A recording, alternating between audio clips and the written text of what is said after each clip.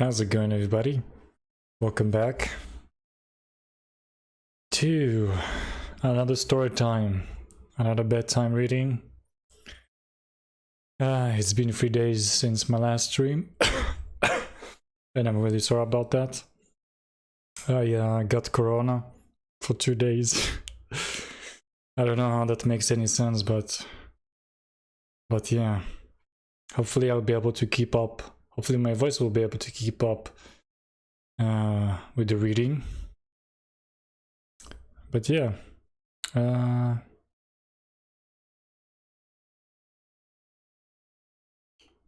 I don't know why it says average stream bitrate too high. You mean it's too good?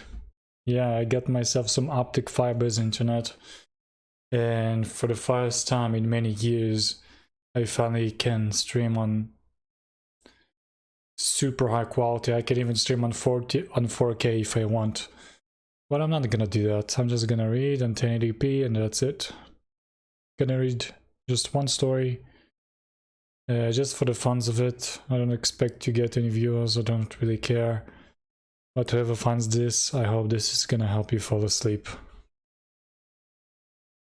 But yeah, let's begin. Okay, so this story is a creepypasta. The story name is On a Quiet Night, You Can Hear the Corn Grow. Back in the... Okay, wait, hold on. Back in the 80s, life was hard and arduous for people who lived in the countryside.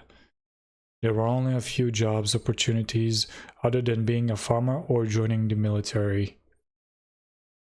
My father had never aspired to do either, but just like his father and his grandfather and his great-grandfather before him, he had no choice. It's not that he didn't have any dreams or ambitions, but the circumstances were different back then. Living in one of the most remote towns in North Sulawesi, Indonesia had its own drawbacks or prerequisites, depending on how you see it. You had the less job opportunities and were more likely to get married after finishing high school. My father had had a dream of his own before all this settling down and starting a family talk with his parents had even started. He had always wanted to be in a band, like the Beatles or the Rolling Stones. It might seem a bit conceited, or even pompous for someone from a humble upbringing to even think of joining the military, let alone being in a band. But a dream is a dream. You either pursue it and realize it, keep it tucked away inside your head while you navigate through the ups and downs of growing up, or let yourself be jolted back into the harsh reality of life where many people die every day with their dreams still locked up inside them. Hold on. I just wanna...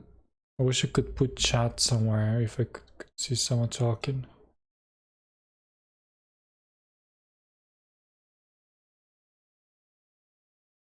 There we go. Sorry. Wow, what a very relaxed dream. Story reading. My father had no choice but to stay behind at their family farm after he finished high school and forget his dream of being a Paul McCartney wannabe. Life was strenuous back then. According to him, there were days that when they ate nothing but corn for days on end, that they all started to suffer from diarrhea.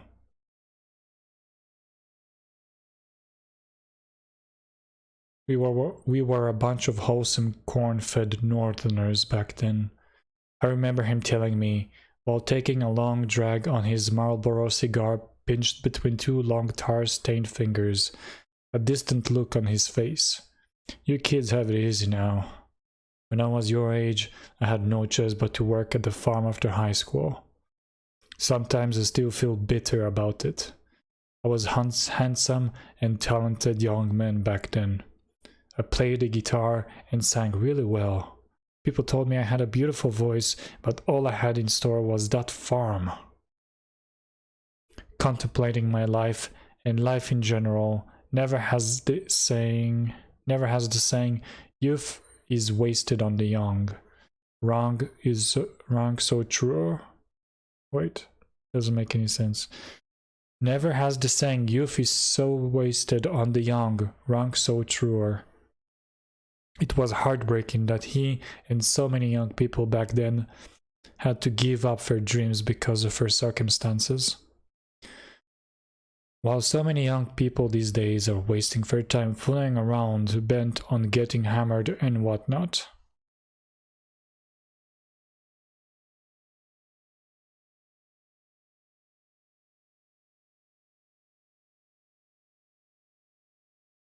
The family farm lies on a river basin surrounded by elevated landforms and hundreds of acres of thick forest.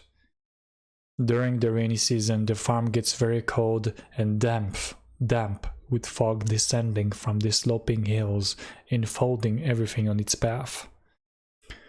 For decades, the rumbling of pickup trucks and the steady clunking of bikes have been disturbing the peaceful atmosphere of the ancient land.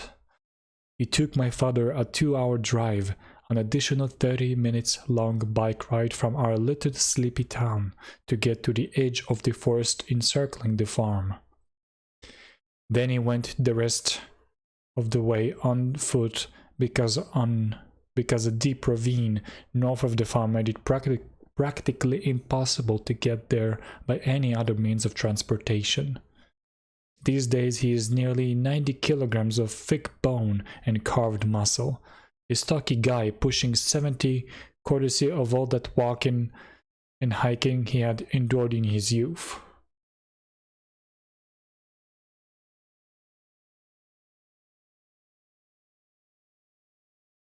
Weeks before, my father had told me something which I had brushed off as nothing but a bunch of rural superstitions. You see, there was a bunch of rules we had to follow closely while we were out there in outskirts of human settlement. Our lives depended on it. He always told me while I had a massive internal eye roll. Taboos and myths are always taken seriously by most people in my hometown. Their entrenched resistance to new and modern ways of thinking is encapsulated in what they choose to not believe. The town is swimming in what some may consider as backward, retrograde behaviors. It was one of the usual fog-laden nights at the farm, and the air was cold and fresh. We were chattering away in front of the humble wooden hut built in the middle of a small square-shaped clearing near the cornfield, which stretched as far as the eye could see. It was almost harvest time. The corn tassels had already started to turn from green to brown. The wild animals could smell it. Somebody had to wait around there to scare these critters away back into the thick surrounding forest where they belonged. My father was the man for the job. No snorting boars or shrieking monkeys would dare show their ugly snouts on his watch. They had no business sniffing around where they shouldn't. It was a few minutes before midnight. He was strumming his old guitar, humming softly an old church folk song about being faithful to God he had learned as a kid vaguely, only stopping occasionally to throw more twigs and branches into the campfire in front of us to keep it going. A very useful critter deterrent. It was a chilly, foggy night. Rain had come down hard on us early in the afternoon. We had taken another trail down from one of the nearby villages, which was a lot more convenient and safer, but took us a longer to get to the farm. Instead of the usual trail because... oh fuck. Sorry.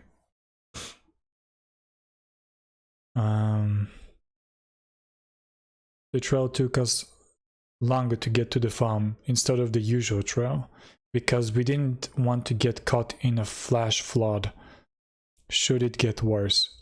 I lay awake on a piece of old tattered tarpaulin and started to hum along to the song he was singing while soaking up the warmth of the fire.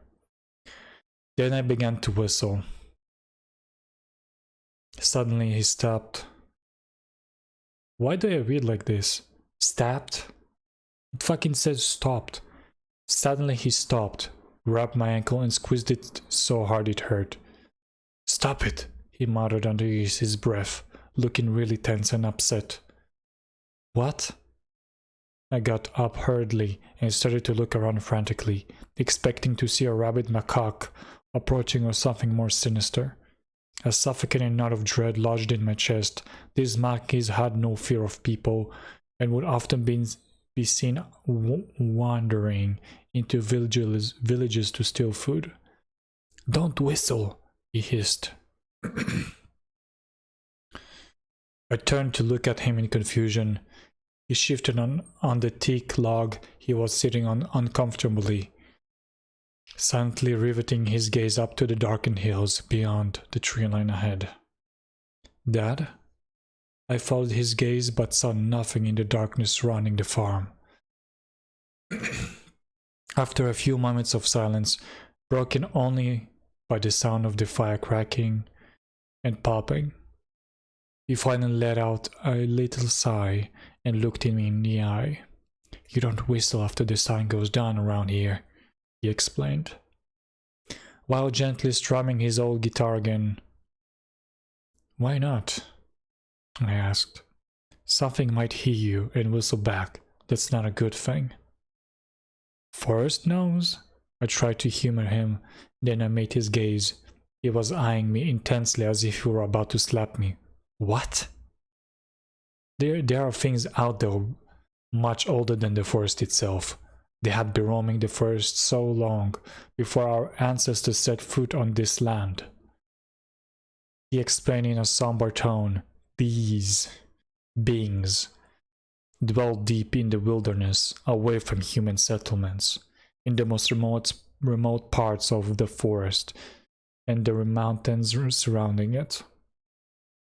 But sometimes, only sometimes, they would wander into farmlands and encounter people. This mostly happens during the harvest season.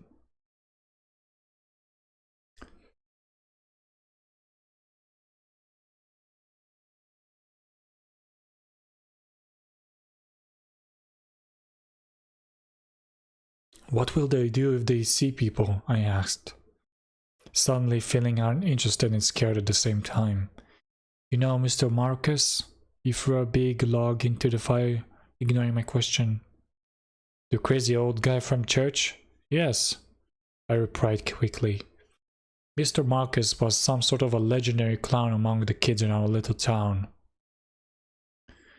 He wasn't always like that, you know. He lost his twin brother many years ago. That's when his sanity started to spiral down. What happened? They were python poaching along the northern bank of the river when they stumbled upon the mouth of a cave. Believing it to be a snake den, they proceeded to go in cautiously. As they went deeper, Mr. Marcus couldn't shake off the feeling that they were being watched by something or someone. Then his brother tripped over a rock and fell into a puddle. His torch, their only source of light, flickered and went out instantly. What happened next, Mr. Marcus will never forget until the day he dies. He heard his brother let out a yelp of surprise, which quickly broke into a thunderous scream, reverberating against the cavern's walls. Then it faded into silence as the poor young man was being dragged into the deepest and darkest part of the subterranean world. Mr. Marcus was lucky he managed to get out of the cave before whatever had taken his brother attacked him as well. I gulped down another remark of skepticism I was about to give voice to. My doubt as to whether my father was telling me the truth or not fast turning into fear. What attacked his brother? I asked again hesitantly, now silently unsure of my stance on the paranormal. A sudden gust of wind washed over us, prompting me to pull my hood up as I watched the fire flicker dangerously. My father didn't answer. Instead, he put his guitar down and leaned it against the log. Who knows? Could have been a really huge python or something worse, he explained nonchalantly. Pythons are beautiful animals, though, I remarked. Then it hit me in the face just when I was about to gush over my admiration for the reptile. They could grow big enough to be able to swallow an adult man. He continued matter-of-factly. It is not unheard of. My grandfather swore he saw a python so big he had mistaken it for a fallen tree and almost leaned on it. It had grown too big for its own good, that it was unable to move fast, just lying around on the forest floor with moss, mildews, and weeds growing out of its skin, waiting for its prey to get near enough for it to pounce on. So it was Python that attacked Mr. Marcus' brother? I asked in a low voice. He shrugged.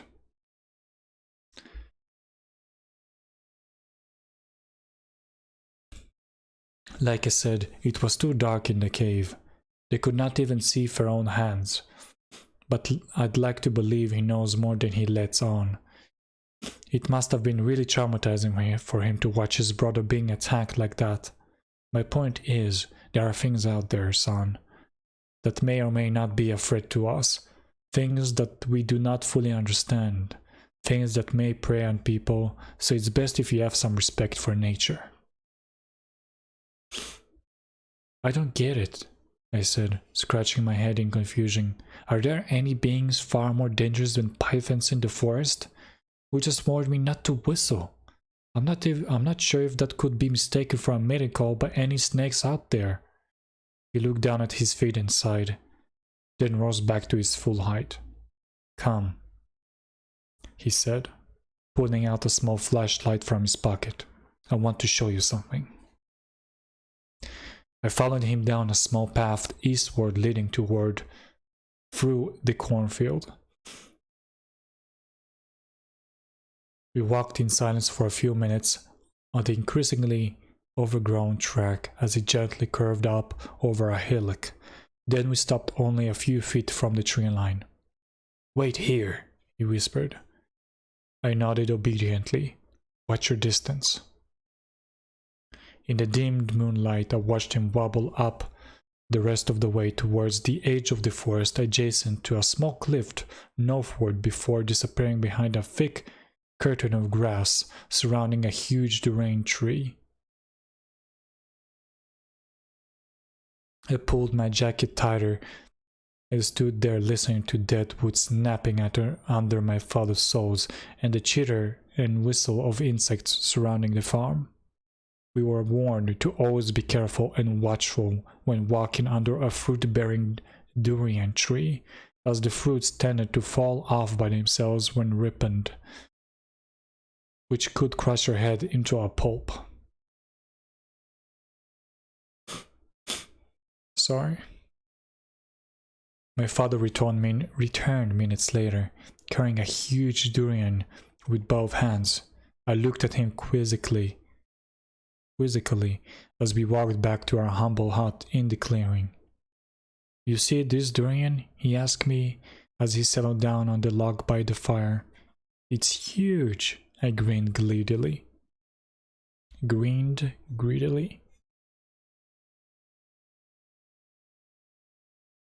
I found it this afternoon while you were picking rose apples downriver. He handed the durian to me. I took it with both hands and was surprised by how light it was. Then upon closer look I frowned as I saw a small hole on top of it, where the stalk should have been. My father stayed quiet for a few moments, just watching me examining the fruit suspiciously in my hands, trying to figure out what was wrong with it. Then it dawned on me that the fruit was empty. The inside was no more. All the foamy flesh and seeds gone, hollowed out like a pumpkin on Halloween. What the? My voice trailed off. When I was little, we used to venture out into the forest to forage for wild berries and fallen durians after school.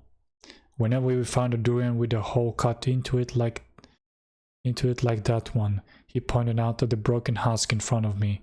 We would call it a day and run back home immediately.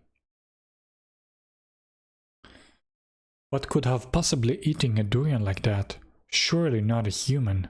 So if you ever find one while wandering in the forest, you better hightail it home fast. I didn't know whether to feel grossed out or scared. I dropped the durian off my hands. It landed on the ground and the husk broke apart with a crunch, revealing the clean, empty locules where the flesh and seeds should have been attached to. I looked around in fear frantically, as if expecting something to suddenly smash out of the forest and attack me. Are we safe out here? I huddled closer to my father as the despairing thought of us being exposed to danger struck me. We are safe as long as we keep the fire burning. What if it rains? The chili and the lemongrass shrub would keep them at bay. Ever wondered why we plant many of these plants around? They don't like the smell. At least that's what my father told me. What are they, Dad? My lips trembled like a little child waking up from a horrible nightmare, stricken with fear and a desperation to comprehend what evil might be lurking out there, waiting for a chance to catch us off. Fucking hell, those. To catch us off guard in the enclosure of the farm. The thing that ate the durian? It's really hard to read in a row. But the fucking it says catch us off, and then it goes into the next sentence down below. Like, how am I supposed to know? To catch us off guard. Okay. I sat curled. Okay, I really have a lot of practice to do, but yeah. I sat curled around my knees, just listening to the sound of my breath whizzing in and out. He shrugged. In the south they are known as Te Lepong. A friend told me, those who dwell in the deepest, darkest parts of the forests. They have been here long before us. Nobody really knows what they are or what they look like. They are much feared by the people who live in the neighboring villages surrounding Mount Butumako. There are stories about these creatures coming into villages late at night when everyone was asleep to kidnap little children and take them away into the forest, never to be seen again. I shuddered as the thought of these faceless creatures attacking people flashed into my head. Please stop, I rubbed my face vigorously, trying to shake off the horrible images swirling around in my head. I don't want to listen anymore. Now I'll be having nightmares until I'm 50. Don't be afraid, son, my father said, as he patted my shoulder comfortingly. Looking rather amused. You are safe here with me. Nothing can hurt you. He reached out behind the log and pulled out a sickle, looking at it and admiring its sharpness in the flickering glow of the fire. Yeah, that would surely help, I grunted and rolled my eyes as he let out his trademark, deep and guttural mocking laugh, which always made us cringe in disgust. What time is it now? He glanced at his watch, narrowing both eyes. 1:07.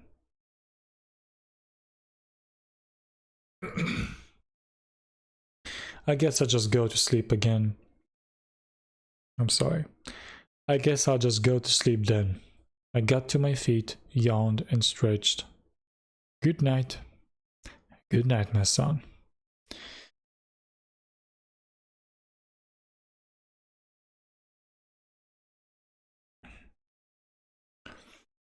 I began walking towards our hut. A small dilapidated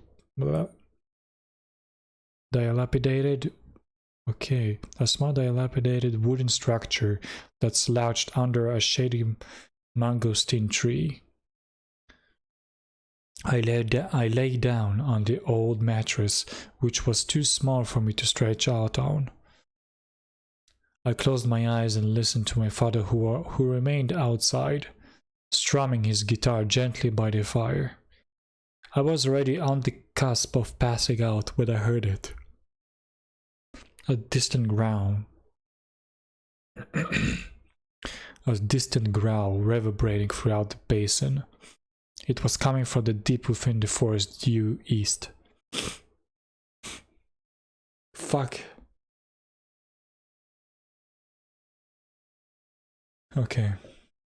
It was coming from the deep within the forest due east. Somewhere near the tree line, on the hillock where the durian tree stood up from the tall grass. I rose to my feet instantly and wobbled towards the open door. Fear outweighed any traces of exhaustion I felt. I saw my father standing near the fire, staring up at the dark forest out there. He heaved his guitar onto his shoulder defensively and waited, straining both ears. Was it a macaque? But it sounded off, hoarser and guttural. Dad?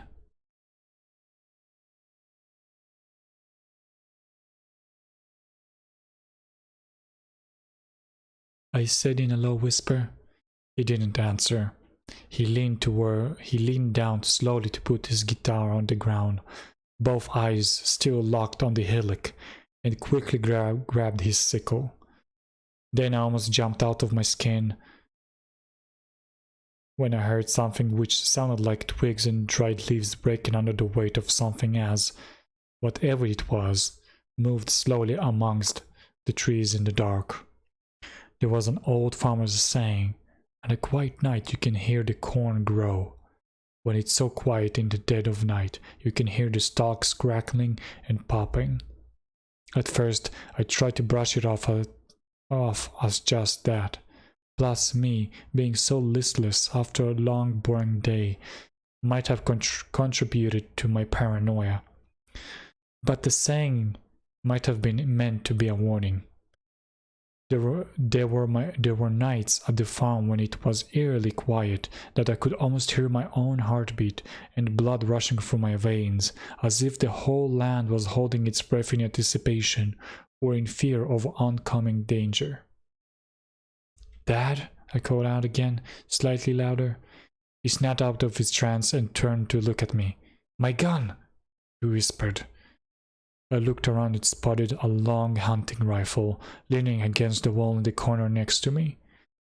I grabbed it hastily and walked out the door to hand it to him. "What is it?" I said under my breath. "A wild boar." "Jesus Christ! Don't use God's name in vain, son." "Dinner, hallelujah." "Dinner, hallelujah." My fear evaporated as I chuckled to myself.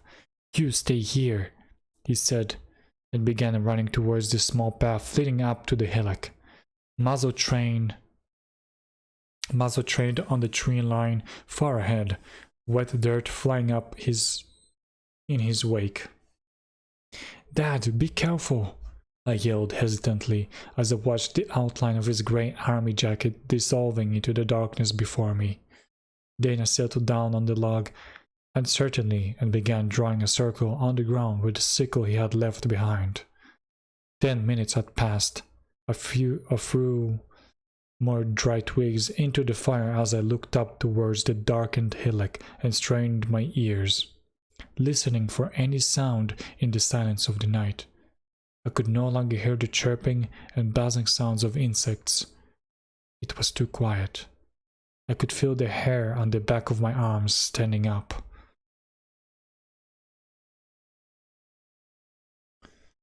Suddenly, the report of a gun echoed off the cliff face and reverberated throughout the basin, followed by a squeal that elongated into a blood-curdling screech that tore through the night. I stood there, staring out into the darkness ahead of me, squinting my eyes tightly and lacking the energy to get to safety as the squealing went on and on more aggressively. As I started to make out the dark outline of a massive boar rushing down the hill towards me, I felt a chill running down my spine. I froze, trembling with fear where I sat as it got closer, its long dark mane billowing majestically in the wind. But then, something horrifying happened. As the beast scurried across the clearing near...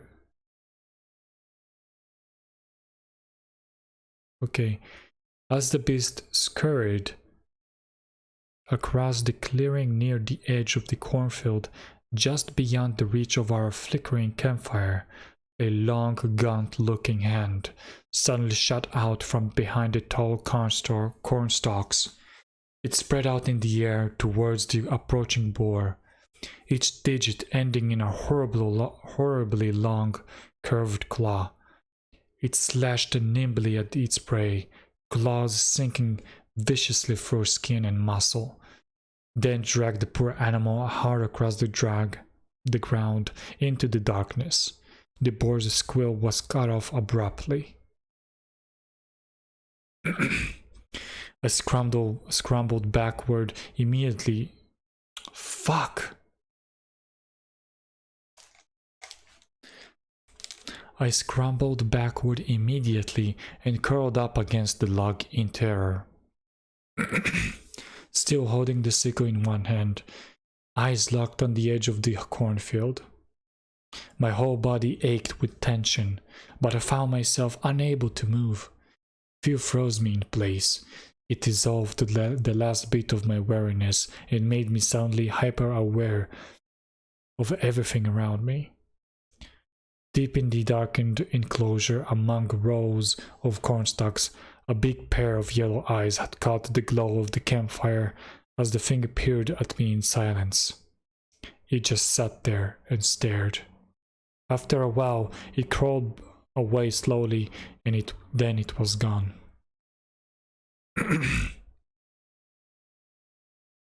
I almost jumped out of my skin and screamed when I saw another blurry silhouette rushed down the hillock towards me, but it was only my father. He sprinted across the clearing, a tuft of lemongrass in his hand, carefully keeping his distance from the edge of the cornfield. "Son, you okay?" He approached me, looking really frightened, and squeezed my shoulder tight. I opened my mouth to answer him,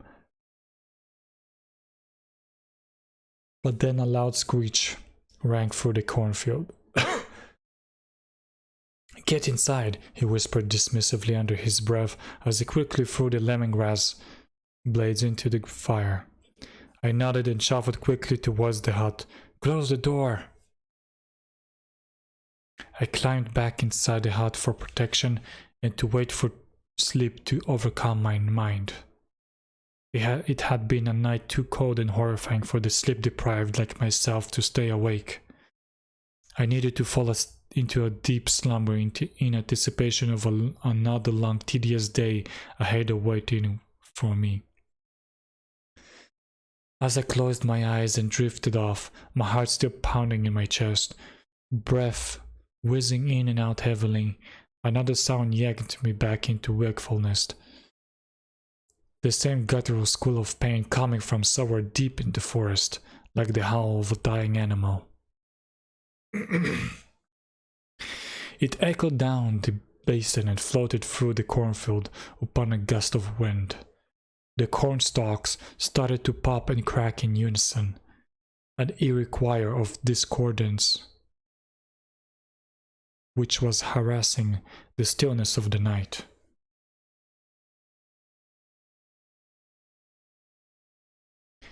As soon as I woke him up, he told me, wait, hold on. No, yet, not yet. Oh, my voice.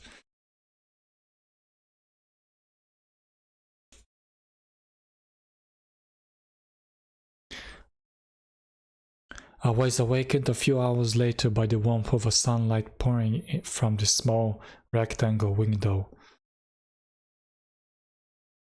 I yawned and rolled onto my backside languorously. I glanced at my watch. It was 13 past 8. I crawled out of the hut to find my father asleep, leaning against the log, still holding his hunting rifle on his lap with both hands. The fire had burned out, emitting only a thin wisp of smoke. As soon as I woke him up, he told me to get up, to get ready to go back home. Fuck. Ooh. Yeah. Yeah, it's also midnight here. A long and tiresome trip which would take up most of the morning. I just nodded my head and went back in to collect my things. I didn't feel like spending another night there anymore after what happened. It was the dreadful forest surrounding the farm and what might be lurking in it at night.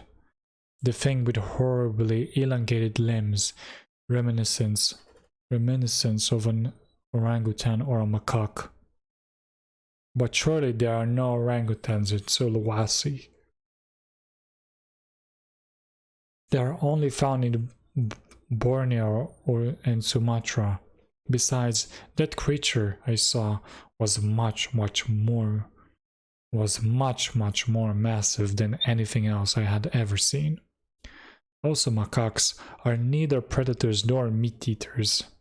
Whatever that thing was, if it could easily kill an adult boar like that, it would have no problem dealing with us should it return.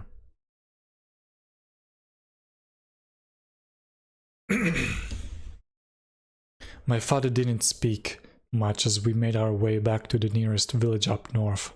Smashing through heavy vegetation and weaving through tall trees, he looked up pale and kept looking nervously behind his shoulders occasionally, rifle in hand, as if afraid that we were being followed. He refused to answer my questions about what I had witnessed the previous night. In fact, he gave me a look that told me he didn't want to talk about it. By the time we emerged from the forest, the sun was directly overhead, piercing through the canopy of trees to the floor of the forest. I kept pressing him until he finally snapped and we got into an argument, him not wanting me to be scared even more than I already had been, and me still burning with curiosity. Fine, he retorted. Fine what? I snapped back. Don't tell me I didn't warn you. He let out a sigh as we kept walking and the village finally came into view in the distance. I gulped down another remark to his reluctance to tell me what he knew.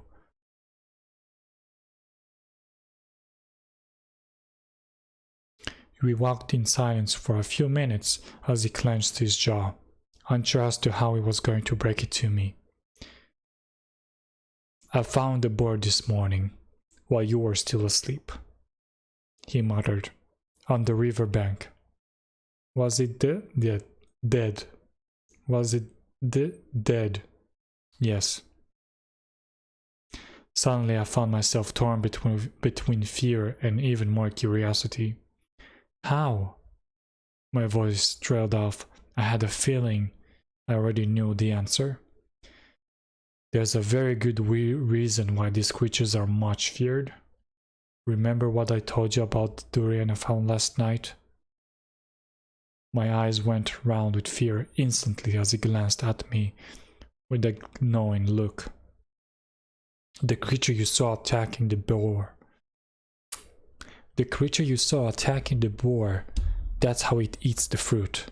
It digs a hole through it and scoops the flesh out with a long finger and sucks it dry until there's nothing left, he explained. My mouth fell open, horror-struck. Oh yeah, the poor pig could be just basking in the sun, right? He let out a mirthless laugh. No. The creature had drunk the poor bow's head dry. Its skull was completely empty when I found it, clean, brain and stuff gone. Fuck, that is horrifying, I stuttered, now finding it hard to breathe. Now don't you start cursing around me, son. That's not how we raised you. He told me off as we trotted shoulder to shoulder on the narrow path leading down to the village. The air reeked of mixture of a goaty smell and wet earth as we got closer. Sorry, Dad, I let out a nervous cough. Oh, I'm not done yet. He batted away a buzzing insect flying around his head. You asked for it. What? There's more? Oh, yes, there is.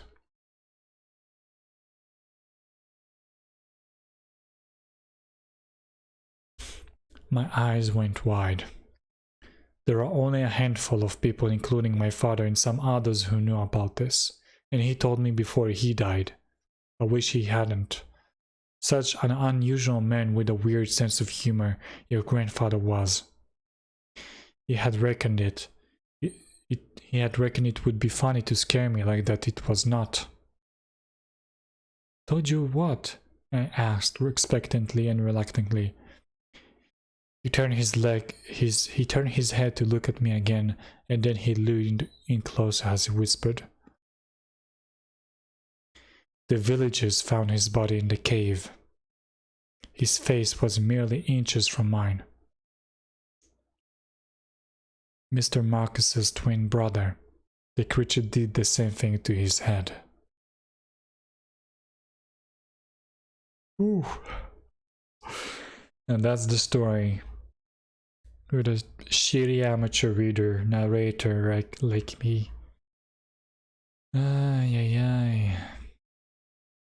It was a pretty good story, actually.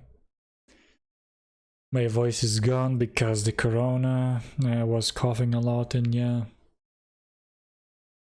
But yeah, this is the end of the story. I really need to read. I actually almost never read aloud. That's why I stutter a lot, I guess. And I pronounce words incorrectly, but hopefully I'll be able to improve over time as I read more and more. But anyway, I hope you enjoyed this story time, I guess. This is just for fun. And this is also a nice experience for me, which I never did in my life. And I think this is good for me to start reading stuff. Even if it's just stories.